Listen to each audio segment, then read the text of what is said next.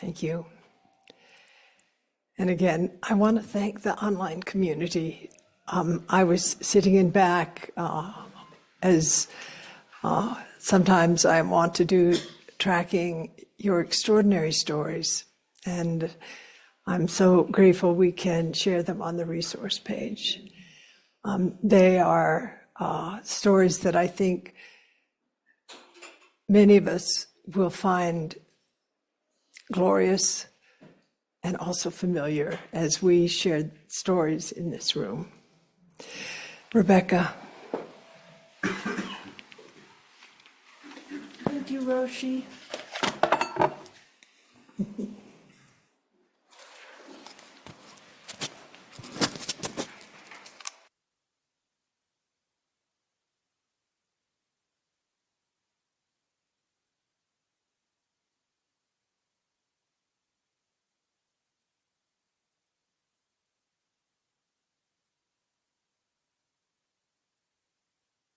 Now really with you in a very audible way. Oh my gosh, yesterday I forgot to thank the Upaya community, but I want to do it now. They have welcomed me with such warmth and such generosity. And walking into the Zendo to sit yesterday morning was like coming home.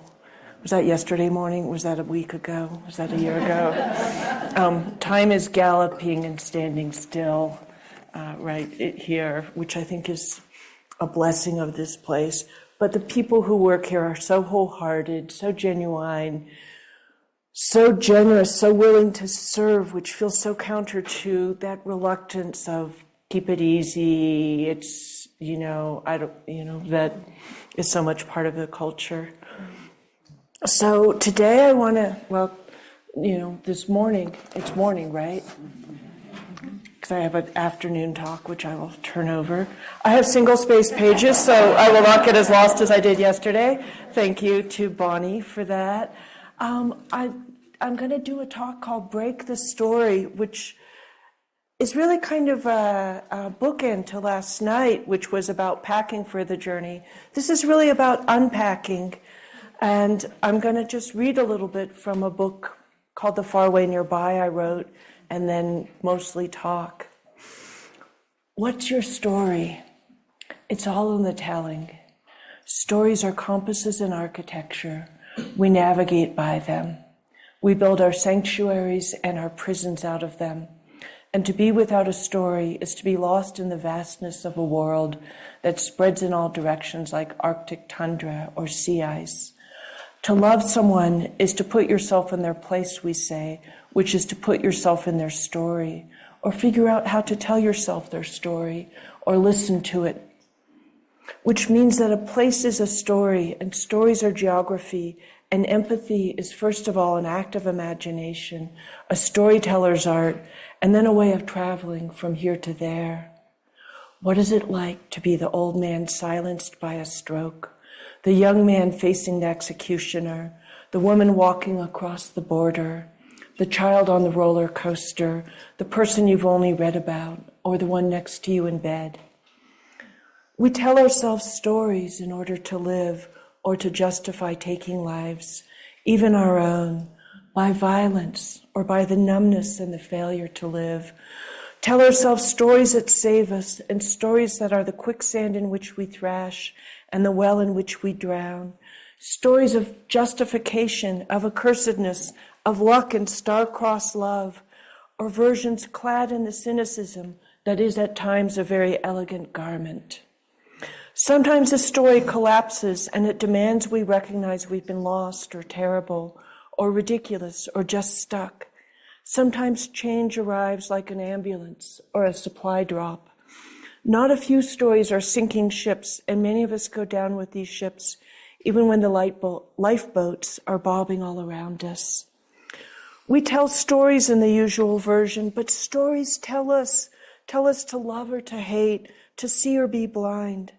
Often, too often, stories saddle us, ride us, whip us onward, tell us what to do, and we do it without questioning. The task of learning to be free requires learning to hear them, to question them, to pause and hear silence, to name them, and then to become the storyteller. this is a very political idea, but I think it's also a very Buddhist idea. What you do in the meditation hall often, and I speak as a very bad Buddhist. I am a Buddhist. I'm not a good Buddhist, not particularly regular in my practice or skilled in the theological refinements, and full of inappropriateness, as you've probably already noticed. But what I loved about learning at San Francisco Zen Center is that you're just trying to pause the story and learn that actually you're the teller of the story about it's not fair, or, you really need this, or, you can't possibly do that. We live in this constant churning of stories, and the worst ones become the loop tapes. And learning to pause them, learning that we are the storyteller of our own lives, learning to become that storyteller, learning to reject the stories that trap us in our prisons, I think is part of the Buddhist work. It's also part of our political work. And, we live in a world made out of stories. The poet Muriel Rukeyser famously said, the world is not made out of atoms, it's made out of stories. And of course, it's made out of both. But so this is really about unpacking for the journey, because we live in a culture that has told us terrible stories about ourselves, about other people, about what is and isn't possible, stories driven by selfishness and, a sense of scarcity. There are other stories available to us about abundance and generosity. And for example, if you're a woman, you've probably been told you're inferior, irrational, incapable, unreliable, incompetent. If you're a man, you've been told you're the opposite of all those things. But at the cost of a terrible renunciation of so many aspects of being human, to be a real man is to give up so much, to pay the price. I've been so lucky that I grew up in San Francisco, surrounded by gay men and queer people generally, people who rejected the assignment and reminded me that we could all do that. One of the fascinating things of this time is to see when exiting the binary became an option, a lot of people were able to say, it always felt like confinement. It was always a straitjacket, something that didn't fit me, that gender itself can be two boxes that don't describe us all, and gender as a spectrum is a liberating story. The incoming administration won in an election I think of as a disinformation election. There was evidence that the more misinformed you were about the economy, immigration, and crime, the more likely you were to vote for Trump. The better informed you were, the more inclined you were to vote the other way. And we have heard so many destructive stories. And, I just said a positive thing about living in San Francisco. San Francisco is a bunny rabbit that has been eaten by the snake of Silicon Valley.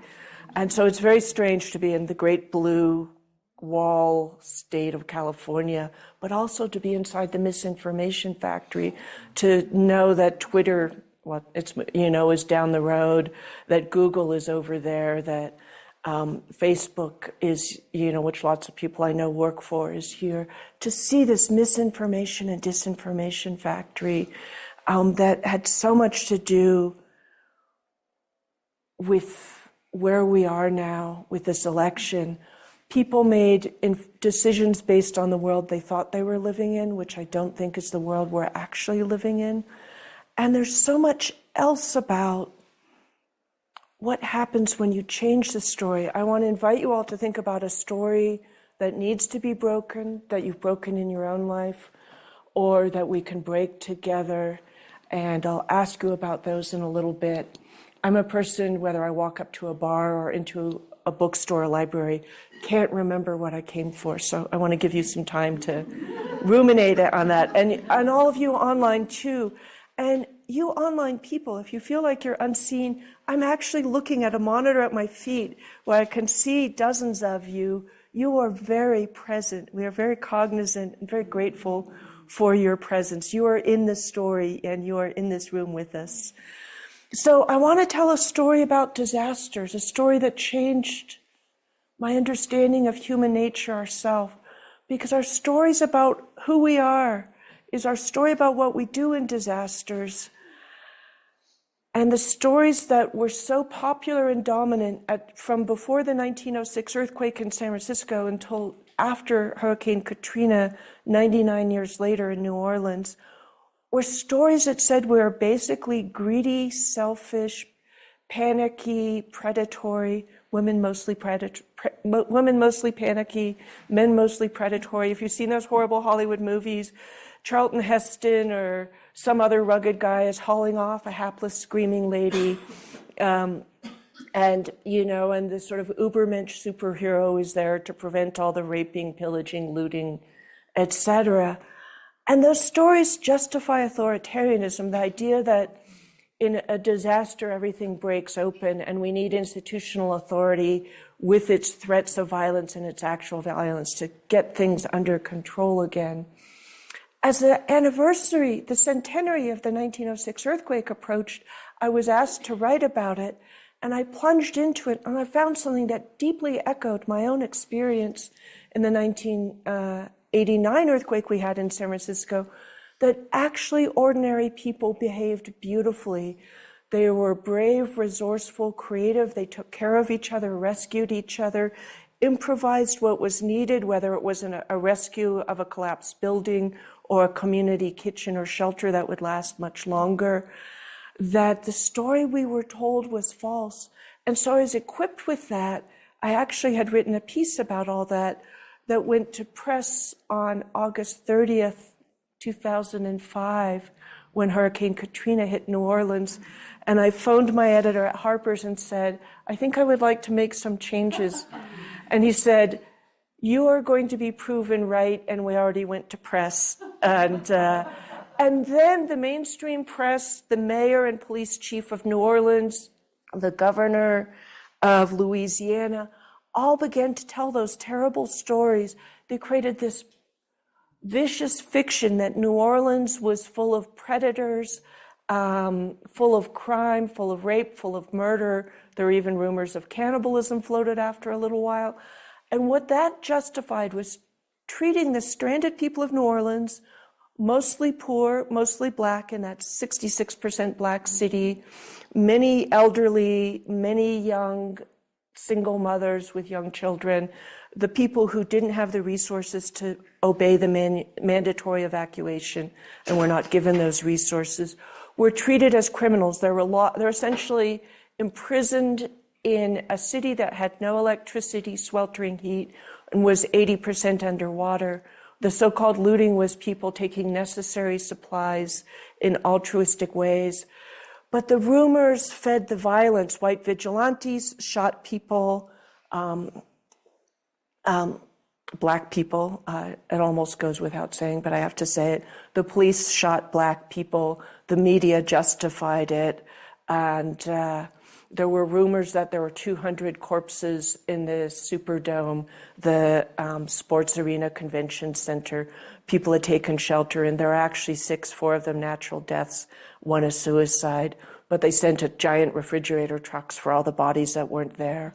What was called looting was just people getting the things, when a disaster happens, there's no electricity, credit cards no longer exist, banks, ATMs no longer exist, commerce no longer exists. If you're going to get the diapers, the medicine, the clothes for people who swam through the filthy, toxic water, it won't be a monetary transaction necessarily.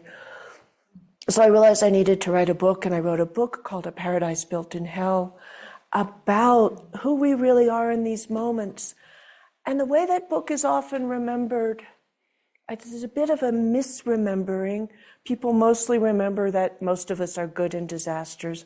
Those who are bad in disasters are worth remembering too, because it happens again and again. The elite panic, which is based mostly people of privilege, people with authority, who assume that the rest of us will behave badly, which justifies their behaving badly. They're getting things back under control. And they have often proven again and again in the 1906 earthquake, in the huge earthquake in Mexico in 1985, in New Orleans, that they really value property more than human life. Grandmothers were stranded on rooftops, and the national news was worrying that somebody might steal a flat screen TV, as though what you want to do when you've just lost your home and have nowhere to go is drag a flat screen with you. But so so this is about the fact that people actually die of bad stories. And so people remember part of the research, which comes from firsthand stories I found. I interviewed people in 9/11, Hurricane Katrina, and Mexico City, but I also read the stories from earlier disasters. But what sometimes they remember the leap panic, but the most remarkable thing I found is joy. People lit up in these moments with extraordinary joy, with a sense that they had found a sense of connection, of meaning, of purpose, of agency that is missing in everyday life. And that was about who we're not told we are. As I was saying last night, we're mostly told these privatized stories that we want lots of stuff, we want to be beautiful and sexy and have a nice personal life, the kind of immediate thing of friends and family. But I think we want more than that. This is what I keep asserting. We're bigger than that. We want truth, we want justice. We want to live in a society that feels safe and peaceful. We want to see nature thriving, protected, available. We want equal, not all of us, but most of us, we want equality around economics, race, gender, all the kinds of inclusion. The stories were so remarkable. I'm going to read you a few from 9/11 to just underscore some of that. What's amazing about 9/11, when the airplanes hit the towers, the World Trade Center was a symbol of hyper-capitalism, and a lot of the businesses in it were literally part of the global financial system. People who were, at least in their professional life, adherents to capitalism, the idea of competition and scarcity as being central to how things work. And yet there was no capitalism and no competition in those moments. People did extraordinary things. There was no panic. People helped each other. John Abruzzo, a paraplegic accountant who worked on the 69th floor of the North Tower, was carried down all those flights of stairs to safety by 10 of his co-workers in relays. Zahir Jaffrey, a polio survivor from Pakistan, worked on the 65th floor of one of the towers and remembers of the long journey down the stairs. We had to stop several times during our descent because of injured people being brought down. For example, you would hear, move to the right, and everyone would move to the right so that the injured could be taken down. And this happened 3 or 4 times. People were in a groove, and then they had to reposition themselves, and people would actually say, no, you first. I couldn't believe it that at this point people would actually say, no, please take my place. It was uncanny. And here's a story that I still find so moving and so unbelievable, even though I've been telling it since I read it, about 16 years ago. John Guilfoyle, a young man who'd been a college athlete, recalled, and this is in his Columbia University oral history. I remember looking back as I started running, and the thickest smoke was right where it was, a few blocks away, and thinking that, whoever's going to be in that is just going to die. There's no way you could. You're going to suffocate, and it was coming at us. I remember just running, people screaming. I was somewhat calm, and I was a little bit faster than my colleagues, so I had to stop and slow up a little bit and wait for them to make sure we didn't lose each other. They're running for their lives, and he slows down. And when he tells a story, he doesn't even think of that as unusual. The idea that we're selfish, we only care about ourselves, gets tested in those moments. And he spoke of slowing down as though it was an ordinary, sensible thing to do, but to keep pace in flight from imminent danger and death, not even with family or beloved friends, but co-workers, is not usually who we're told we are or what we would do. It exemplifies the extremes of altruism and solidarity in disaster. Another young immigrant from Pakistan, Usman Farman, was also running from the cloud when he fell down A Hasidic Jewish man came up to him, took into his hand the pendant with an Arabic prayer on it that Farman wore, and then, Farman relates, with a deep Brooklyn accent, he said, "Brother, if you don't mind, there's a cloud of glass coming at us. Grab my hand, let's get the hell out of here." He was the last person I would have ever thought to help me. If it weren't for him, I probably would have been engulfed in shattered glass and debris. Maria Georgiana Lopez Zambrano, who was born in Colombia and lost her eyesight after emigrating to the United States, had a newsstand at 90 Church Street.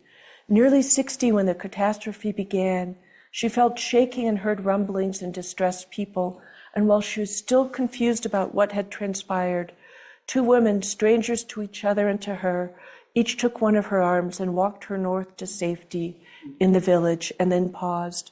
One lived in Jersey, the other in Connecticut, and they're torn between desire to get home and reluctance to abandon Zambrano. Zambrano relates, they say, "No, I don't let you go by yourself. We're still here together. We help you." Eventually, a woman from Queens who recognized Zambrano joined them and took her to her door there by foot and by taxi, and the other women proceeded on their way. In her book on altruism and democracy, The Samaritan's Dilemma, Deborah Stone writes, "From the voice of altruists, a more remarkable paradox emerges. Most people don't experience altruism as self-sacrifice.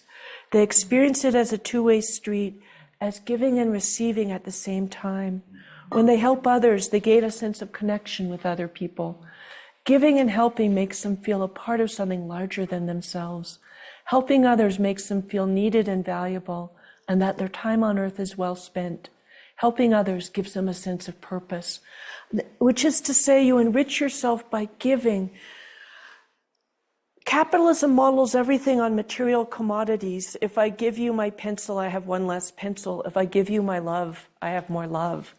And so we have this kind of false economy that is maybe true for material things, although giving away builds relationships that make you more secure. And in kind of traditional economies, it's really different. I read a wonderful story from an anthropologist about nomadic goat herding people in Africa, and they were going to have a feast. And the rich man with many animals asked the poor man to give him a goat for the feast. And the anthropologist thought, why is he depriving this man who needs so little when he has so much? They ate the goat. It turned out he'd knit this man into a web of ongoing reciprocity that ultimately would make him more stable, more secure, and more connected. Giving away his goat made him richer, and the rich man took his goat to make that long-term reciprocity happen. So the difference in disaster is how many become altruists, because then 9/11, like Hurricane Katrina, was flooded with volunteers. Managing volunteers in a disaster is actually often an issue. People are not running away out of fear. They're converging to give. And the stories in 9/11 of these and every other disaster of how people self-organize, how they know what to do, they build the community kitchens. One of them I spent a lot of time with in Hurricane Katrina lasted for 3 years because that's how long people needed it. It began with the Rainbow family and it went through many metamorphoses, but the volunteers kept coming, they kept cooking, the food kept being given away. And so who are you? Who are we? What stories have we been told about who we are? The history of disaster demonstrates that most of us are social animals, hungry for connection as well as for purpose and meaning. It also suggests that if this is who we are, then everyday life in most places is a disaster. Sometimes disruptions give us a chance to change. They're a crack in the walls that hem us in, a breaking of the stories we've been told about who we are. I think of often people, it's as though, the power goes out and your machines revert to their default settings when it comes back on. People revert to their default settings. They know what to do, and they often break their own rules about who they are and what they believe, and it happens across cultures over and over again. Hierarchies and institutions are inadequate to these circumstances. They're often what fails in such crises. And simply, hierarchies are not adequate. The fire department can, in a town like San Francisco, can probably deal with 20 fires at once. They can't deal with 1,000 fires at once. Even though they're wonderful, they're skilled, they're trained, they're equipped, they are not adequate to that. Civil society is what succeeds in these moments, not only in an emotional demonstration of altruism and mutual aid, but in a practical mustering of creativity and resources to meet the challenges. Two things matter most about these ephemeral moments. First, they demonstrate what is possible, or more accurately, latent, the resilience and generosity of those around us, and their ability to improvise another kind of society.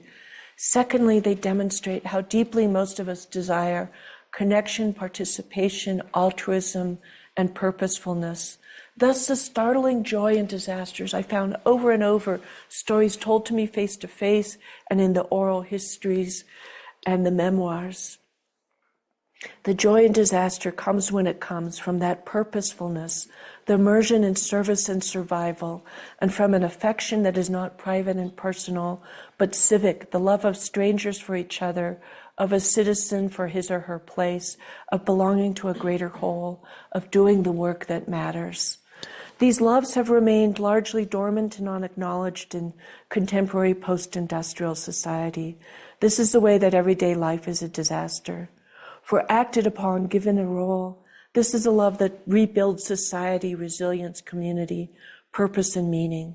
Disaster may offer us a glimpse of a better world, but the challenge is to make something of it, before or beyond disaster, to recognize and realize these disasters and these possibilities in ordinary times.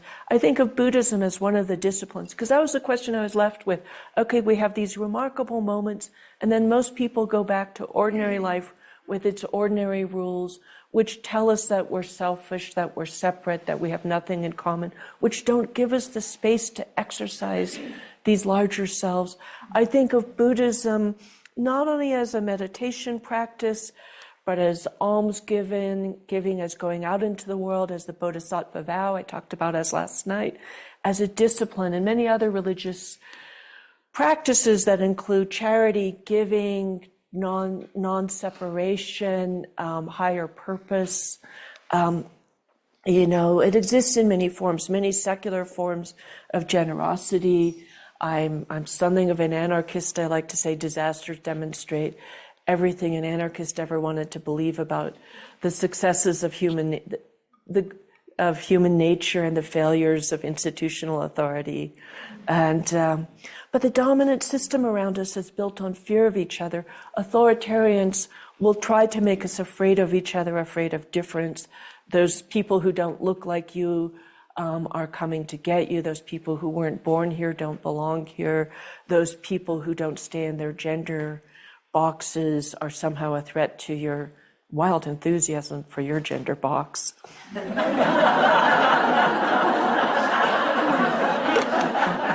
Or your fear of exiting it.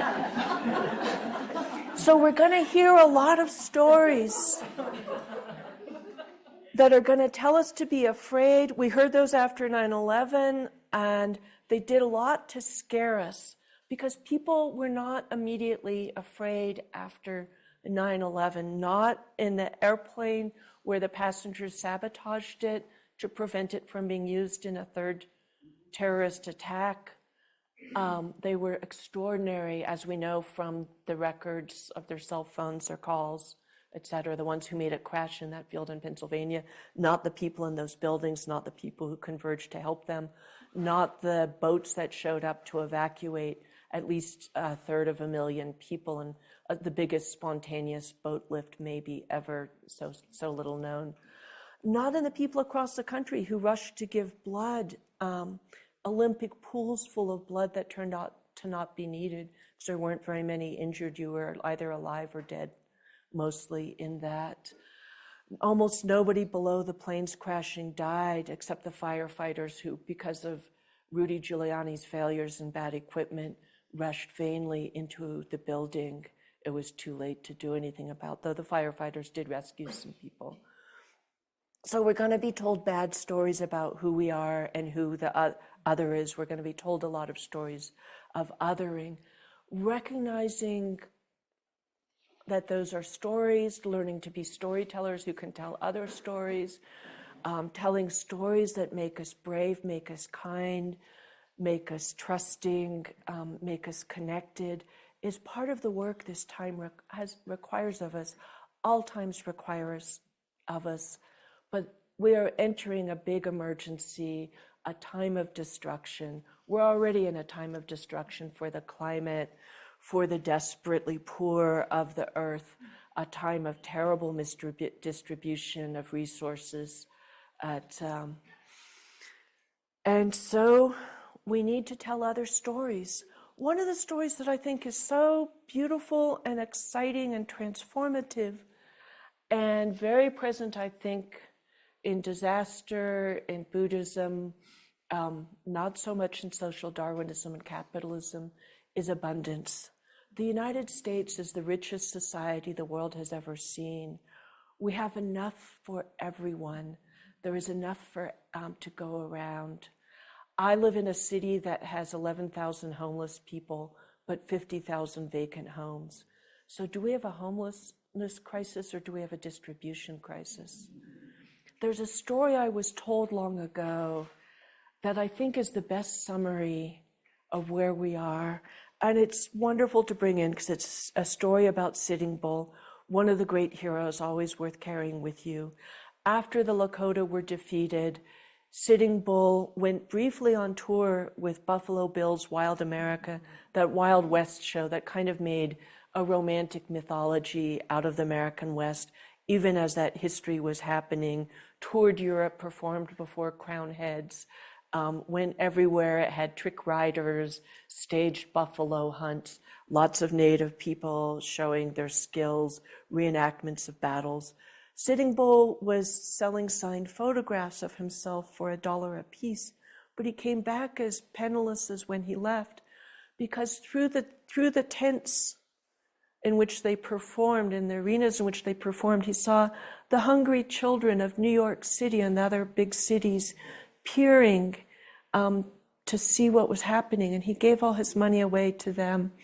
And he said in one sentence, everything you ever needed to know about capitalism.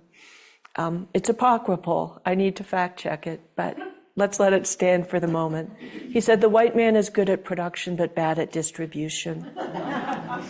We're also told a story about climate, that we can't afford to do what the climate crisis requires of us, that somehow the energy transition is expensive, even though solar and wind are the cheapest form of energy we have ever had. And the energy transition is inevitable just because running on electricity, running machines and homes and buildings and factories on electricity is actually cheaper and better. Even if you leave out climate change, it's also better for the climate because you have to leave in climate change. But one of the deadly stories that prevents us from taking action, that I think is a deeply false story, is a story that we now live in abundance, and every story with the word we in it. Maybe I should tell another Native American story. This one isn't even apocryphal. It's a joke we told a lot in the 80s and 90s. I bet some of you know, which is the Lone Ranger and Tonto are out doing whatever the hell they were doing. And so at some point, they're surrounded by Native Americans. When I was young, the story was Indians. And the Lone Ranger says, Tonto, we're surrounded. And Tonto looks at him and says, what do you mean we, white man? So we is problematic. We're told we live in a society of abundance, but the poverty is all around us. It's here in Santa Fe and all across New Mexico, which is one of the poorest states of the Union, even though there's so much abundance here in Santa Fe. It's all across America where children go to bed hungry every day, even though we have obscene wealth being squandered on yachts and rockets and vanity projects and redecorating private jets and God knows what else. And but in a sense, we live in poverty. And Let a Paradise Built in Hell talk about the kind of poverty we live in. We live in a poverty of connection. We live in a poverty of feeling safe. We live in a poverty of love. We live in a poverty of time where people feel frantic and busy. They don't have time for nature, for friendship. A lot of poor people are working 3 jobs in the neighborhood I live in. One of the reasons immigrant kids end up in gangs is because it feels familial and their parents are working 3 jobs because they're so underpaid and yet so committed to trying to feed and house those kids. And we live in so, if we thought of abundance as feeling safe, as feeling confident about the future, which you can't with runaway climate change, of an abundance of justice, an abundance of peace, an abundance of connection, which I don't think can exist without an abundance of time to connect. And but what the climate crisis requires of us, if we do it right, there's no guarantee we will. There's no guarantee we won't. It can localize energy production because there's enough sun, and we could easily produce 100 times as much energy as we currently use worldwide, with far less impact on the climate. Fossil fuel is almost inherently aligned with authority. It's oddly distributed across the world. It creates the fossil fuel corporations and the fossil fuel authoritarian regimes like Saudi Arabia and Russia that really warp global geopolitics. And, it creates a lot of corruption in American politics. It creates political poison as well as the literal poison. 8 million people a year die just from inhaling particulates from fossil fuel. Far more people have compromised health. People die of other things. From the Arctic to the Amazon, indigenous peoples' homelands are destroyed for fossil fuel. And to see it happen, to see the permanent destruction of a place. I've seen it here in the San Juan Basin in New Mexico, where for the one-time extraction of natural gas, places that supported indigenous New Mexicans for 1,000 years, that could support all kinds of life here for another 1,000 years, are being devastated for stuff you burn once that is, that's destructive when you burn it. In Germany, they're mining lignite coal by digging up square miles on which people have farmed and gone to church and lived in houses for 1,000 years that they could for 1,000 more. Fossil fuel was a big mistake we've made for the last 200 years. We don't have to keep making it, and to stop making it is to enter abundance. Noah and Roshi, how's my time? Am I? We have an abundance. What about up here?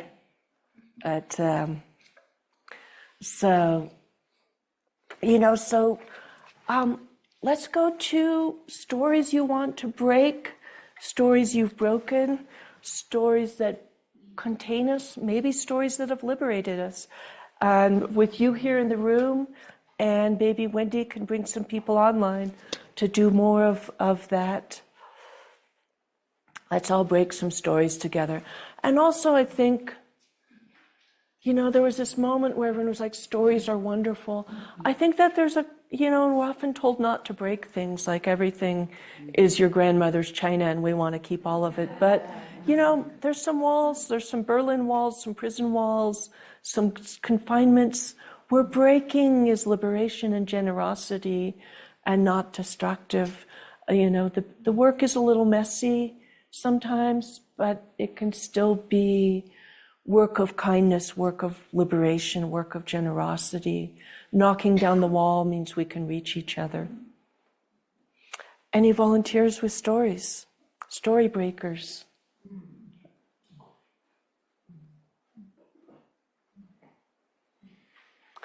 Oh, yeah. Oh, thank you.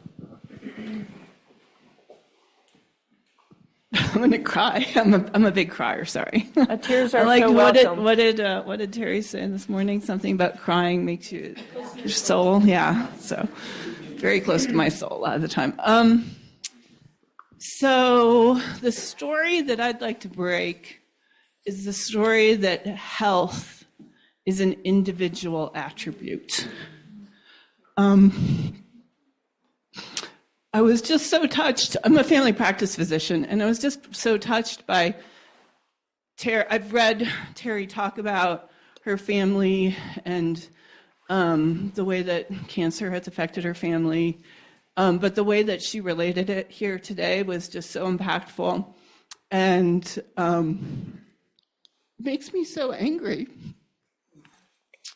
what the healthcare system does and how it makes us all feel like individual, siloed off people when, very, very good research shows that only 20% of your health and well-being is determined by your individual genetics, biology, and 80% is your environment, your relationships, your ecosystem. And we cannot be healthy as individuals when our ecosystems and our communities are suffering and dying. So that's a story that I want to break. I love it. It's such a bootstrap story where it's like you're supposed to be successful in a system built for your failure. But also, I'm also really excited to see the field of global health expanding, which is looking at climate change and other things, looking at the public and the private, the collective and the individual together. And I've loved seeing doctors with physicians for nuclear peace, with anti-domestic violence advocacy, use the role they hold in society as both caregivers and scientists, and people who in some sense depoliticize by saying there are quantifiable effects that I as a physician see of these things. And so thank you so much for speaking up about that. And I think we're going to have, if things go as they're threatening, we're going to have some interesting struggles around health too, whether it's funding healthcare for veterans and public health, or crackpot theories, vaccines. And vaccines are so interesting because herd immunity is something we've achieved. And that's an incredible public good. If enough of us get vaccinated, these diseases don't circulate, which then gives people the falsity that they don't need the vaccines. Because, and I met a woman who had smallpox. She would be 110 if she's alive now. I know people who had polio. I have a smallpox vaccine, pockmark, and because smallpox, which was eradicated by the WHO in 1980, was a thing. Right. Smallpox, vaccines and masks are expressions of community care, and somehow they got demonized by these other stories that kind of took hold. And I think we have to take our stories back, and we have to demand of our healthcare system that they stop telling this erroneous, false story that our health is individual, and demand the time and space of our healthcare system to retool and address that 80% that it's ignoring right now. Masks and vaccines, the opposition to them fit into the ideology of isolation so well. I have I am not my brother's keeper. I am not responsible for you, my individual freedom, uber alles. But let's hear some other story breakage. Ooh, we've got some volunteers over here. We have people online as well, so it's... Okay, I see some hands up. Let's take maybe 2 stories from here and then 3 stories from the audience. I was just thinking, is this on? I don't know. Sorry, Manny. I was just thinking about the gender boxes and breaking the story that there are gender boxes, because we all love on all different levels and in all different ways. And the gender box says you can only love in a certain way with a certain person. And it's not true, because I love everybody. I fall in love many times a day. And I do. And whatever level I fall in love on, whether it's sexual, whether it's sensual, whether it's giving, whether it's feeling, those are all part of love. And so I just really feel that breaking that box, the gender box, to that there are no gender boxes. I would say there's socially constructed boxes, but we have to say there's anything that can be socially constructed can be socially deconstructed. And we're deciding how, how it will all be going forward. In fact, it's, as we all know, it's a huge conflict in this country with a lot of threats against those who are breaking the rules that some parts of this culture want to uphold. So, but can we go to, you had yep, right there. Hi. Okay, what I'd like to break is I've been working as an educator with kids in teaching environmental science, sustainability, and the kids are being taught climate change in 5th and 6th grade now. Climate change is what? They're taught about climate change in 5th and 6th grade now. By the time they get into high school, they're looking around at their job opportunities, and they're looking around at what's happening in social media, and they're not seeing a way they can actually help. And so what I also saw in the classroom is I always had gardens and worms, and we went outside, and I saw these kids, particularly right after COVID, I saw this hunger in them to connect to the planet, to connect with each other, and the whole way that they were with each other when they were outside connecting, or when they were working with creatures or the plants. It's in them very deeply, but our support for our youth to be able to be capable and to be able to make decisions and to be able to be supported with the world that they're facing right now. That's something I've worked on a bit. I hope to talk to you later, but let's hear from, because there are kids who've done remarkable things. There are things everybody can do. So many people want to do something but aren't given things they can do. But we'll put stuff up on the resource page too. So Wendy, can you bring us some of the amazing people online? Sure, Nancy. Hi. Does that mean you guys can hear me? Yes. Wave your hands or something? Okay, all right. Thank you. I'm 72 years old, and I've spent my working life, in nonprofits that I'm deeply proud of it. Tons of mistakes, but deeply proud of it. I knew when I was at the American Peace Test at the Nevada test site that I wasn't going to stop nuclear weapons testing with 50 people or even 2,000 people. Oh, and I worked there all the way to Washington, D.C. And so the story I want to break is that now at 72, I'm irrelevant. There isn't a place for me to fit in. The kinds of actions, the knowledge all belongs to other people. I'm not irrelevant. I'm alone right now, but I'm not irrelevant. So thank you for listening. You are totally relevant. We're here with Roshi Joan Halifax, who is 10 years older than you and is the most relevant person I know. And I'm with a group called Third Act, which is a climate group for people over 60, because Bill McKibben recognized that we have resources, experiences, and powers that can do a tremendous amount. And so yeah, let's hear it for, elder power. And I just want to quote one more thing, which will come up at the last session. My friend Joe Lamb, who's a poet and tree surgeon, for his 70th birthday, got a T-shirt that said, 70 is young for a tree. Wendy, a couple more, please. Yeah, Susan.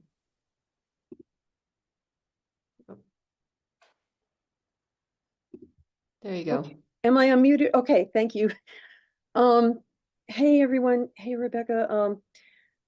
I resonate with everything I'm hearing now, and the story that came up for me really strongly today is this idea that because conflict and suffering are happening somewhere else, that we should just compartmentalize that and go on with our lives and not and I don't think everyone ignores or says it's not their problem. I think there are people that do that. I also think a lot of people care and just try to shove it aside. But I feel like the more I open to this idea, the wider sense of self, and the more I let that into my being, the harder it becomes to do that compartmentalization. And this idea that there's suffering happening around the world, but that the images from Gaza are so horrific.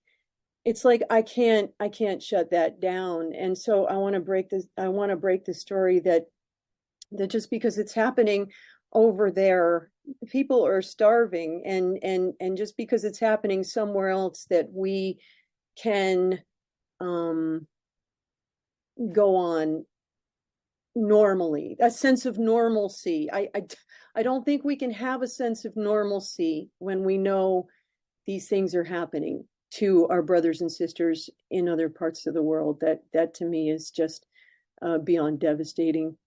And yet I have to go on, right? We have to go on, but I don't know how to reconcile that. Thank you for bringing Gaza and the Palestinians and the people suffering there into the room.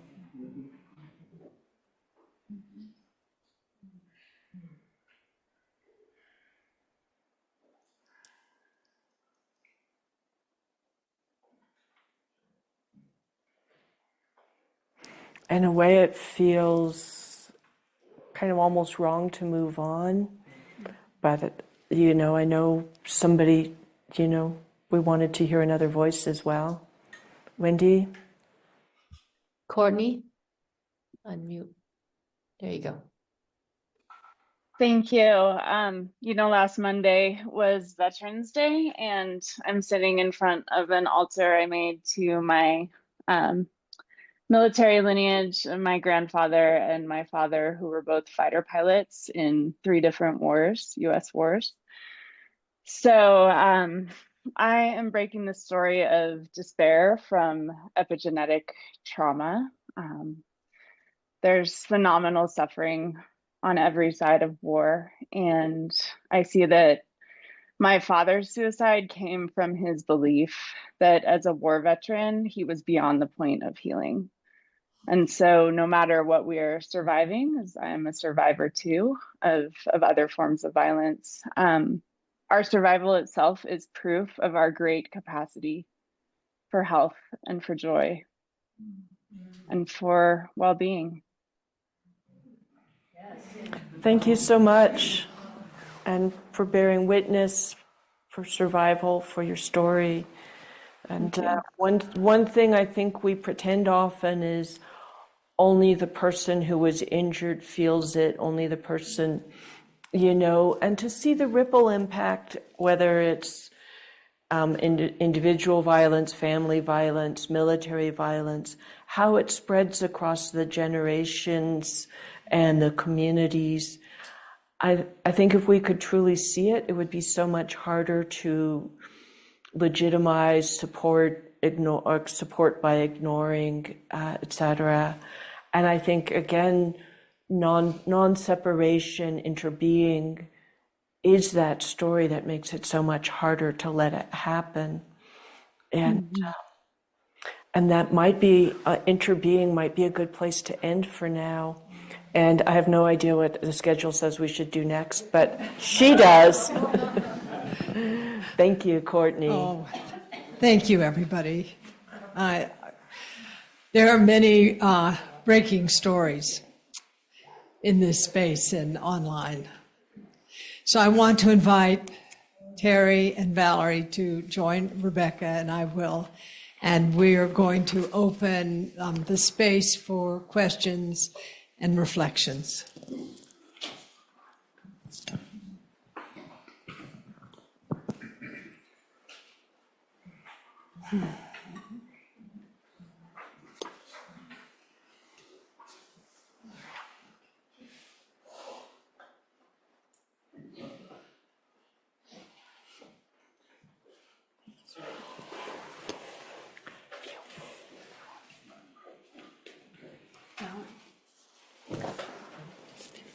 Thank you.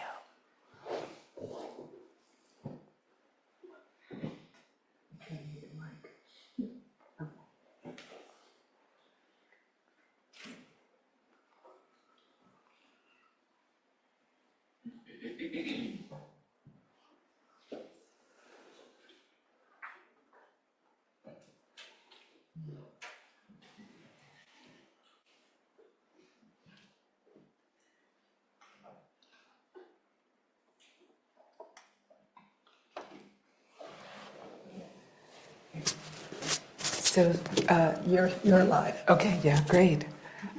So Rebecca, thank you so much for that. You're welcome. Incredible talk, and Terry, both. So we have some time for reflections, questions from the online community and from the in real life community, in-person community. So shall we begin? I think we just ended with the online community. So let's hear from the folks in the room. I'm seeing a hand here, and we'll just field the faculty will just field questions. There seems to be a story in this room, which is a microcosm of the greater culture. There's a tsunami of estrogen here. It's about 8 or 9 to 1, female to male. It seems to be the same online. The election demonstrates a similar gulf between male and female. As a white male, I don't know what to say. It's a deep, deep gaping wound, I think, that isn't sustainable. We can't go along in this culture with such a deep divide between the genders. I put it to you. What can we do about that? Thank you. Okay, who would like to field that? The manifest. No pressure. Rebecca. They say fools rush in where angels fear to tread, and that would be my home ground. You know, the president-elect is an adjudicated rapist. 2 of his nominees are sexual offenders. RFK kind of fits into that category too. And so something I think there's a lot of good men in this country. Black men voted 88% against Trump. Thank you, black men who have been only black women vote in higher numbers for Democrats. That divide has been exploited and weaponized, particularly, and I'm going to harp on this, but Silicon Valley, there's a whole realm we nicknamed the manosphere, where some of you may know that term, but young men particularly are being drawn in by porn. There's a lot of kind of portals of entry where they go in innocently at 11, 12, 13 and get recruited to white supremacy, misogyny, transphobia, homophobia, but also told who they need to be. What a real man is some steroid-driven isolation, ideology of isolation, person who can't feel feelings, who can't be tender, can't be vulnerable. It's patriarchy times a million. And, I think this was the misinformation election. It was also the manosphere election. You can see how Elon Musk has fallen into that realm with his own weird misogyny, male anxiety, etc. So and Silicon Valley, I live there. I hate it. That wasn't very Buddhist. It was built by white men in their own image, and it's a really ugly, destructive, alienating place a lot of times. We are on Zoom. Thank you, Zoom. A lot of good people connect in a lot of good ways on social media and email and the internet. I work with a lot of climate groups. We use the internet, but there's still this thing, and so. One thing I want to say is we're often told divides exist as though they're symmetrical and the truth is in the middle. And that's not a story I tell. If you think the earth is flat and I think it's round, I'm not going to settle for it being football shaped. If you're not, because that's actually one of the mainstream stories that's really destructive. We, multi-ethnic, progressive, democratic, climate-believing stuff is always told, she made him do it. We need to be nicer to the other side. And, Nazis wouldn't be Nazis if we were only nicer to Nazis. And that's not why they're Nazis. It's not our fault. So I don't know exactly what needs to be done. I am more than ambivalent about the idea that women need to take care of men some more, because we just did that for 3,000 years. More. But I do think we need better stories for men about what's in it for them. Being open-hearted, being joyful, and I talked about how men are given power in return for renunciation. I'm renouncing the renunciation, saying I'm going to like all the colors. I'm going to like flowers. I'm going to like crying. I'm going to like cuddling babies and making cute noises. I'm going to like all those things, that super macho stuff. I'm going to not like fighting. I'm going to not like violence. I'm going to not like guns. One of the things that's so weird, and I will eventually stop like in the next sentence, but this is one of the things I've devoted the last 40 years of my life to. One of the things that's amazing about guns, the gun industry has sold people, particularly men, particularly white men, that guns make you more masculine and make you a protector against bad people. The majority of gun deaths in this culture are suicide. And, and white men have uniquely high suicide rates I think it's because of that entrapment. So I don't think we have to say the world is football shaped, partly because it's not.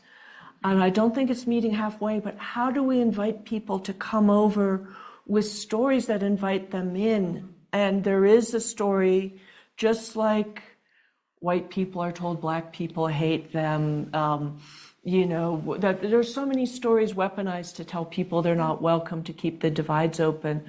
Most, feminists do talk about the bad things that happen to women and sometimes to men and children. But how do we make the stories more visible, more inviting, more compelling? How do we amplify the men who are telling those stories that invite men into other versions of what men can be? I think gay men are telling a lot of those wonderful stories. I think they're in books, they're in poems, they're in songs, they're in Nick Cave, who's become an archangel of invitation to being fully human. So, I think I totally agree. It doesn't grieve me, it horrifies and terrifies me. And I think the cure for a bad story is a good story. And we need inviting stories. We need open door stories. I think one of the really amazing things is what has happened in terms of gender.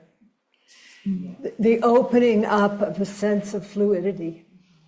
And it's both threatening to one sort of part of our society, but to many in our society, it's deeply liberating. And to me, if we talk about a good symptom, so to speak, a powerful expression of something that is changing in the ethos and in the atmosphere, it has to do with how we identify ourselves. I was just going to ask, what do you think? What do I think? I'm kind of dumbfounded. I didn't think that the gap was that was that wide, but I do agree about creating new stories, particularly for young boys, so that they have stories different than the violent, the macho, and yeah. Thank you. Thank you for that question. Yeah. So we have at least three raised hands on the online community. So maybe we could toggle back and forth between in-person and online. Wendy, Yes. could we get that first person who has their first raised hand?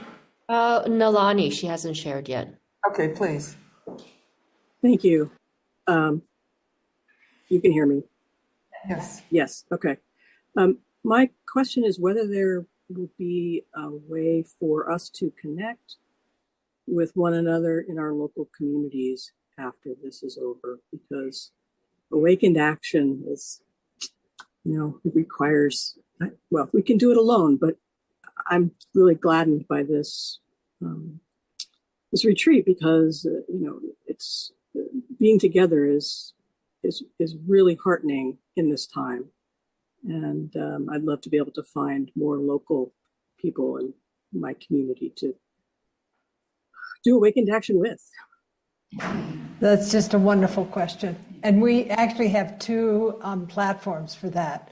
One is the Cloud Sangha that Zenshin Kaplo stewards, and the other is the Seed Sangha, which is locally based, which Leslie Choro Myers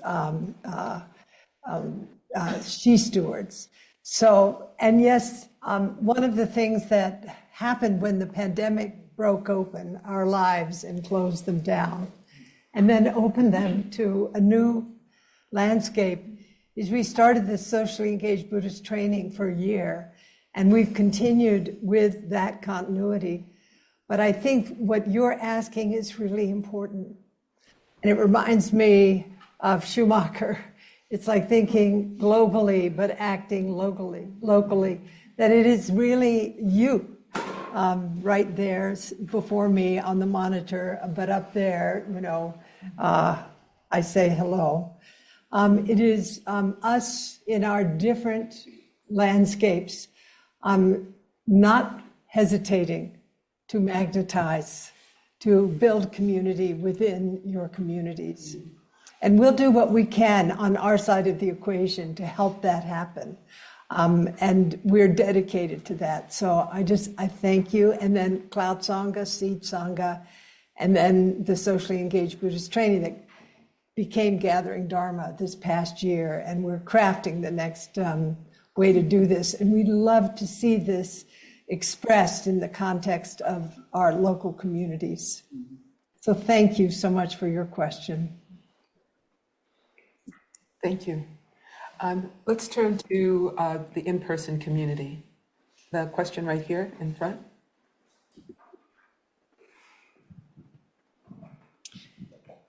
I'm very grateful to be here.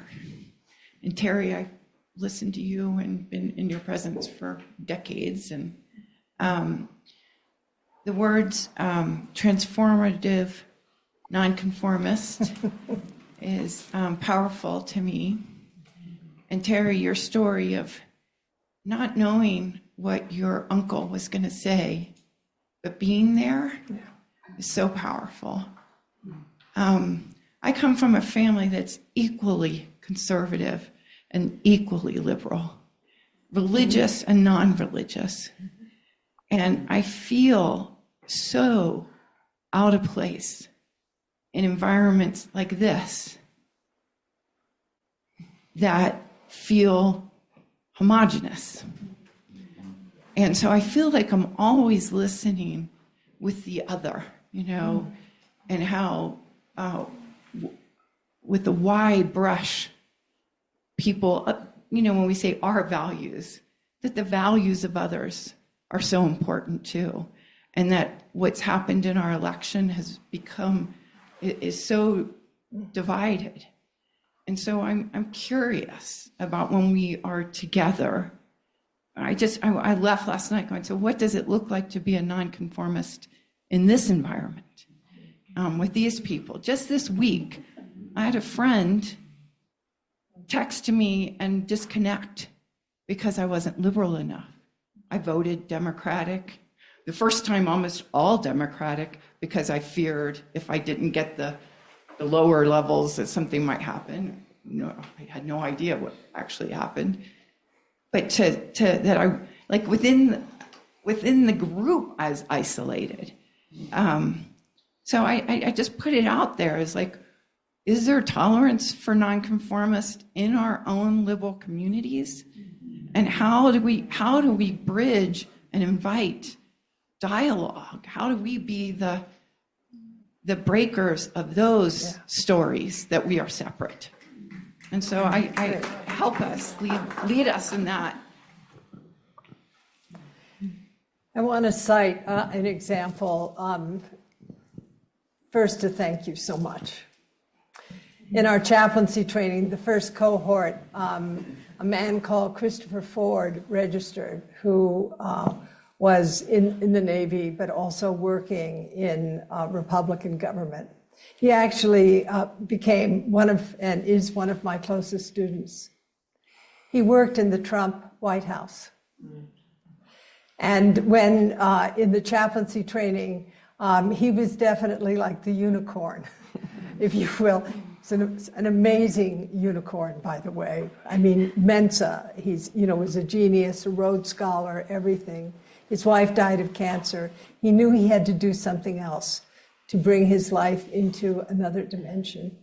And every time we disagreed, or I disagreed with his politics, and by the way, every time I was in DC, I went to the Republican club, so to speak, and he'd have his bow tie, and it was just really sort of wonderful. I felt like I was, an anthropologist in another culture, right? But he would say things to me like, Roshi, when I would disagree with his politics, he said, we have to first agree to disagree. And, that to me was such a heart-opening experience.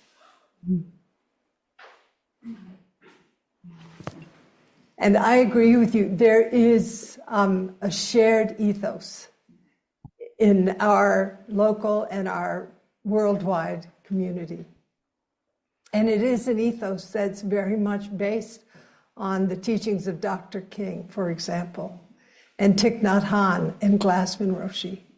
But I can say, being in Auschwitz with Bernie and having Israelis and Jews, gypsies, homosexuals, and Germans whose parents had been in the SS, and to understand what it is to actually live and to open to this incredible difference between self and other. And it's part of our training. It's part of the work that all of us have to do. It's what you were speaking about in terms of masculine identity. Bridging those gaps authentically, not putting some sweet jelly on differences, but actually working that edge within our lives. And I think we're all called to do this now because there will be, and there is, such polarization. But what Ty said in the 9th mindfulness training, how do we both bridge the divide, but also uphold accountability in relation to harm? And that is the piece that I think all of us are working on at this time. I loved your question. I don't know if there's time. I'd love to respond to the question because I lived a lot through the question that you've invited, And the quote that's coming to my mind are the words of Angela Davis, and she said, that we can be a wall, but if you turn a wall sideways, it becomes a bridge. And that's really what we need to become. So I'll just give a kind of concrete example from my own life. You know, there's this saying that our life is our message. And so here's the life story and the message. So for many years, I worked as a lobbyist and a lawyer. And I became a lawyer long before I knew who I was or what I was. And I started, just by sheer accident, started practicing mindfulness because I'm sitting in my brother's apartment in the Upper West Side in New York. He opens the New York Times, and there's a picture of Thich Nhat Hanh. This was 1994, and my brother knew zero about Thich Nhat Hanh. He knew zero about Buddhism, but he knew a lot about me. I was very much the type A, aggressive, belligerent lawyer lobbyist. And so my brother said, why don't you go on down to Riverside Church and listen to this monk guy talk? What a good brother. Yeah, it's like, and because Trevor said that, I said, yeah, okay, I'll go on down. And I did. I walked down the street to Riverside Church, and about 4 or 5 hours later, I walked out of the talk, and I was like, that's not for me. No way. Because if I believed what Thich Nhat Hanh was saying, I'd have to dismantle everything I built. It would cost me way too much. I couldn't go there. However, and Nomi knows this, a seed was planted. And because I'm a working class person, I didn't have time to sit around and practice meditation cross-legged. I have to work. And so I said, well, I work a lot. Let me practice meditation in the halls of Congress. I'm a lobbyist. So how do I start practicing? I feel my feet on the floor. Just like the instruction this morning. Feel your feet on the floor. And actually, I could feel my heels, the high heels, and on the cold marble floor. It was horrible. But I would feel that's where I started. I would feel my feet on the floor. And then recalling bits of instructions, from Thai. And then I would feel my breath in my body. And I would feel the tension building. So the job of a lobbyist is to get people to do stuff that they otherwise would not want to do. We call that influence. Right? And these are warring people, warring parties often. They don't speak to each other. And so the lobbyist's job is to go in between these people and get them to do something that they don't want to do.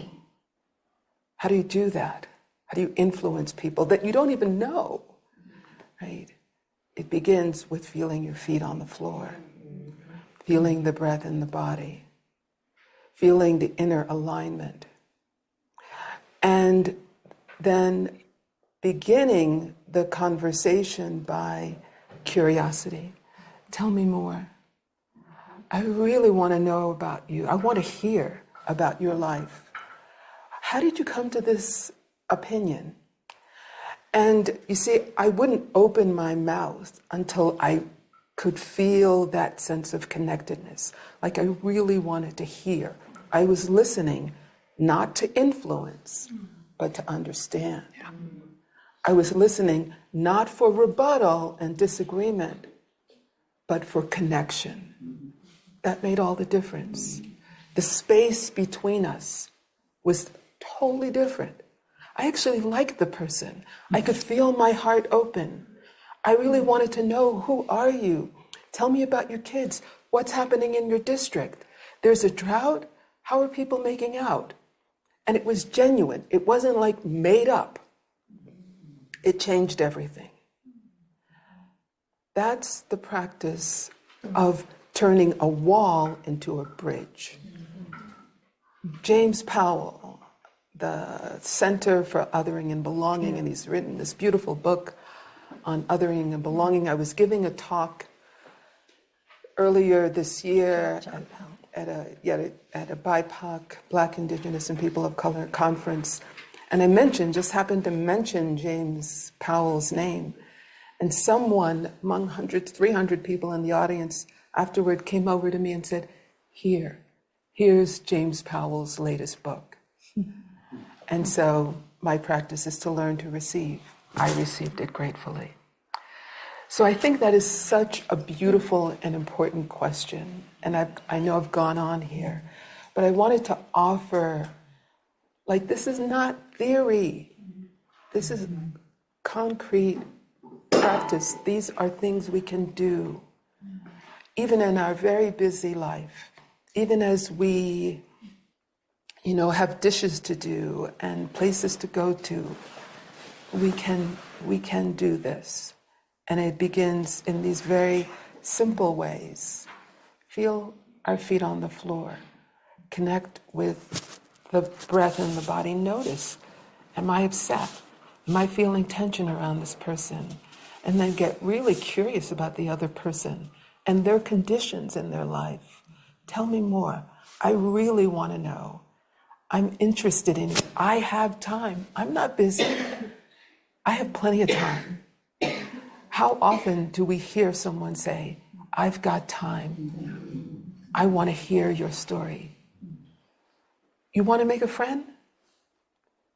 That is the recipe. That is the instruction of how to make a connection. That helps to dismantle these walls. So thank you for the question. I think a breath right now, and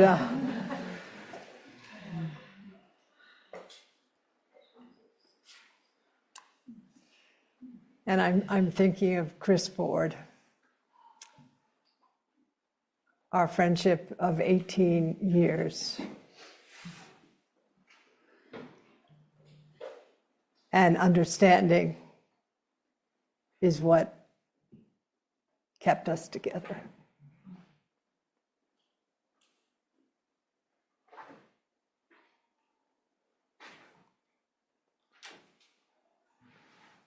So we thank you, our online community, for your wonderful questions. I know there's so many more here and in the room. We're going to move out of this space. Lunch will be ready in a few moments, as you know. Valerie is going to do a walking meditation, and we invite you to meet her at 2:00 in front of the main doors of Taizando here. And just to keep our energy grounded on this earth. I want to thank Terry and Rebecca for an extraordinary morning, truly. And they will return again at 3:00. Terry opening up the first, then Rebecca.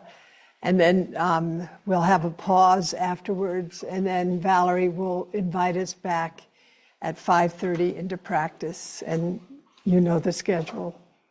But we ask that you practice good self-stewardship in the break now, but also loving connection with this community. Roshi. Yes. And for the online community for walking meditation, could they join the beginning with Valerie for some instructions and then they can walk on their own? Absolutely. That is, you've got the plan. Thank you for reminding us. So online at 2 o'clock, Valerie will be giving instruction to all of us here and to the online community, and then we just take that time. Thank you so much, Wendy La. Thank you.